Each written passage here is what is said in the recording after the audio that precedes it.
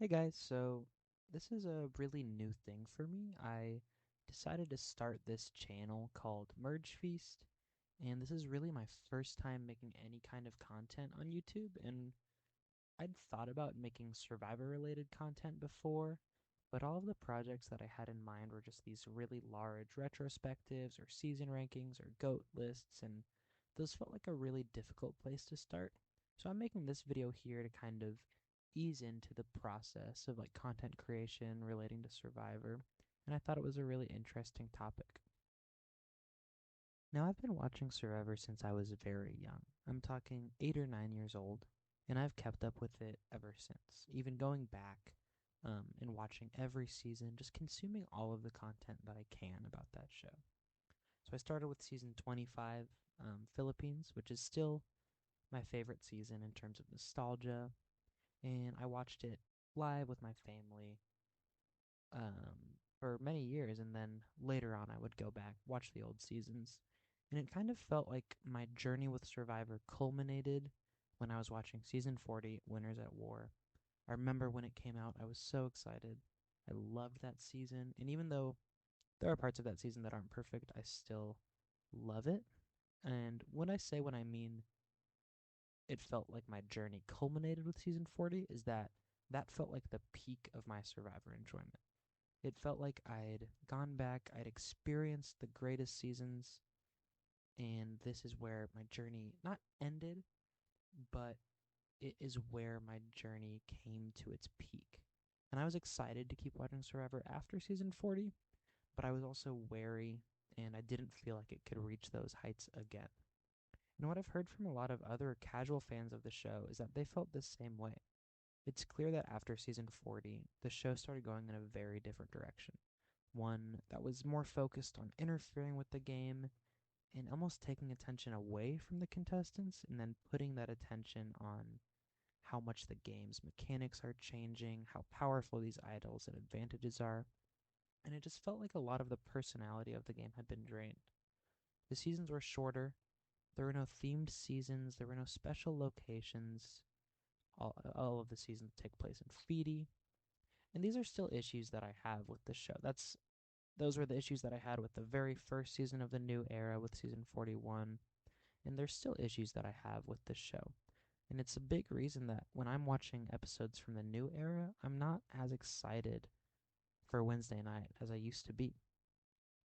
The show feels more predictable, but it feels like it wants you to think it's less predictable than it's ever been. And it feels that I'm constantly reminded that this is a game show when I'm watching Survivor. Of course, when I'm watching the old era, of course I know it's a game show, but it doesn't feel like the producers are interfering as much. It feels more natural. And with the new era, it feels like I'm always being reminded that it is a game show. That's what I loved so much about the old era is that they would always let the contestants figure things out for themselves. They would create their own dynamics. But the new era feels like it can often funnel the contestants into the dynamic that the producers see fit. And that's just, it's not as great as it could be. And of course, these are not unique criticisms. I've heard these criticisms from many different people, from content creators within the Survivor space, from former and current players. It's well known within the Survivor community that people don't appreciate the new seasons as much as they did the older season. That being said, I have still enjoyed watching every new era season, especially 44 and after that point. But it's important to know that the game has shifted drastically. And again, these opinions are not uncommon. A lot of people feel this way about the game. I just thought it was important to let you guys know that I also feel that way. Even though I enjoy these seasons, they're not, it doesn't feel like the show is progressing forward for most of it.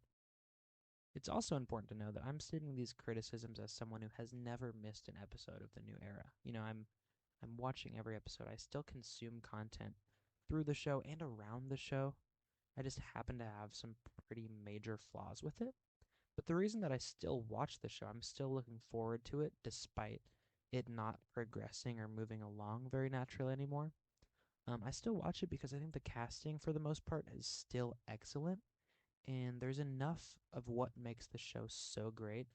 enough of that still shines through to make these seasons worth watching. Now, finally getting to my point with this video is that with all of the complicated feelings that I have, with all of the things that the producers are doing to try and make the show more interesting, that I just feel like they're falling flat. I feel like the show is kind of stagnant. I'm getting worried that I might not keep watching it forever. With all of those feelings, last Wednesday I was watching episode 12 of season 47, which is a season that I'd been enjoying a good amount. I did not like the first few episodes. I was getting worried, but the past few had been pretty entertaining, and I was a fan of season 47. But when I was watching episode 12, I was taken aback by how great this episode was.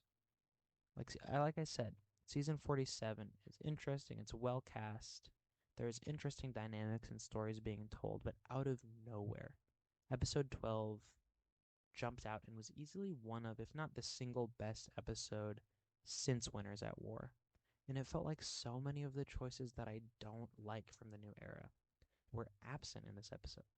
It felt as if they were letting the players play for the first time in a long time. That isn't to say that contestants in the new era haven't been playing.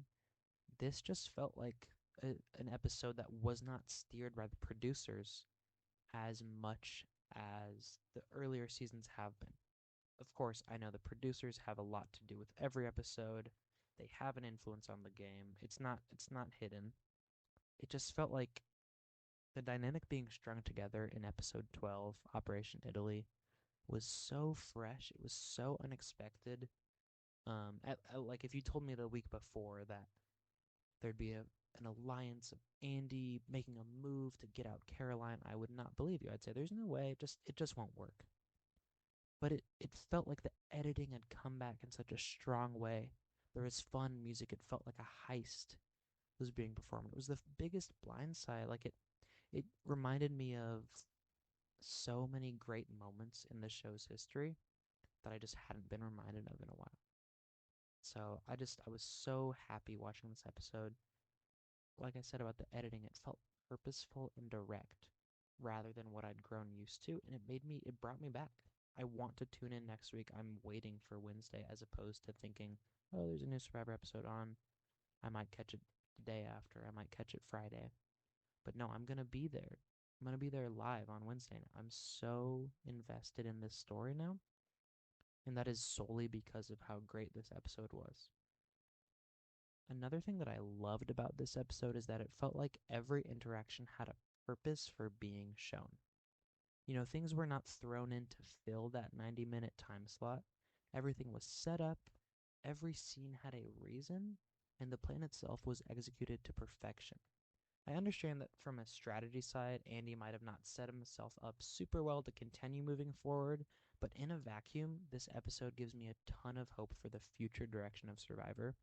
And if they can take the audience consensus from this episode and allow their players to play with less distractions from the producers, I think that whatever made that old era of Survivor so special will start to come back naturally.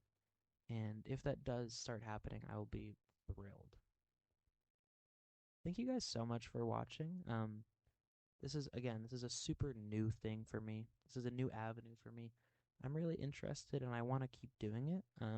If I get any traction on this video, which I don't really expect because it's very simple, it's very cut and dry. That'll be great.